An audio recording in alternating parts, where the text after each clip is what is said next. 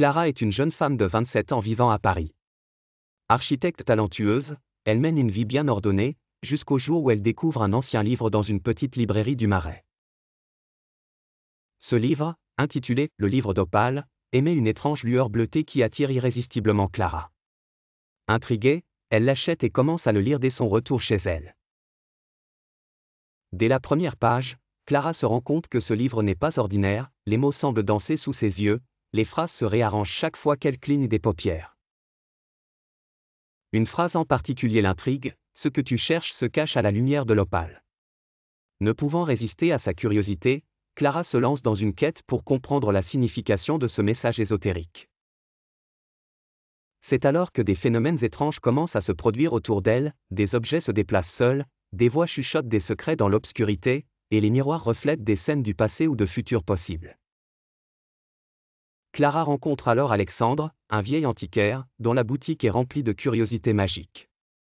Il devient son mentor et lui enseigne les rudiments de la magie, insistant sur l'importance de la volonté et de l'intention.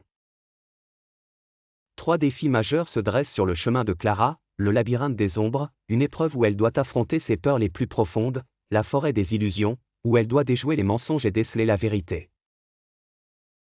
Et enfin, le temple du cœur, où elle apprend que seul l'amour véritable peut libérer les pouvoirs enfouis du livre d'Opale.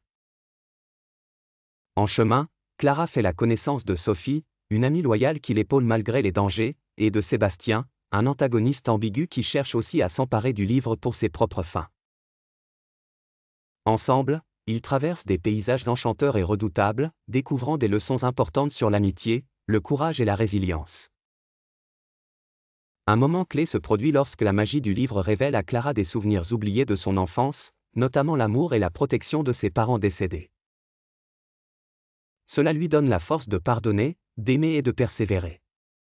La conclusion de l'aventure se situe dans le temple du cœur, où Clara, guidée par la lumière de l'opale, utilise ses nouvelles connaissances pour neutraliser les sombres intentions de Sébastien et libérer les pouvoirs bénéfiques du livre. Transformée par cette expérience, Clara retourne à sa vie d'architecte, mais avec une nouvelle perspective. Désormais, elle voit la magie dans les petites choses du quotidien, valorise davantage ses relations et poursuit ses rêves avec une détermination renouvelée. Le livre d'Opale, bien que redevenu un simple ouvrage, garde avec lui les souvenirs et les leçons d'une aventure qui a changé à jamais la vie de Clara.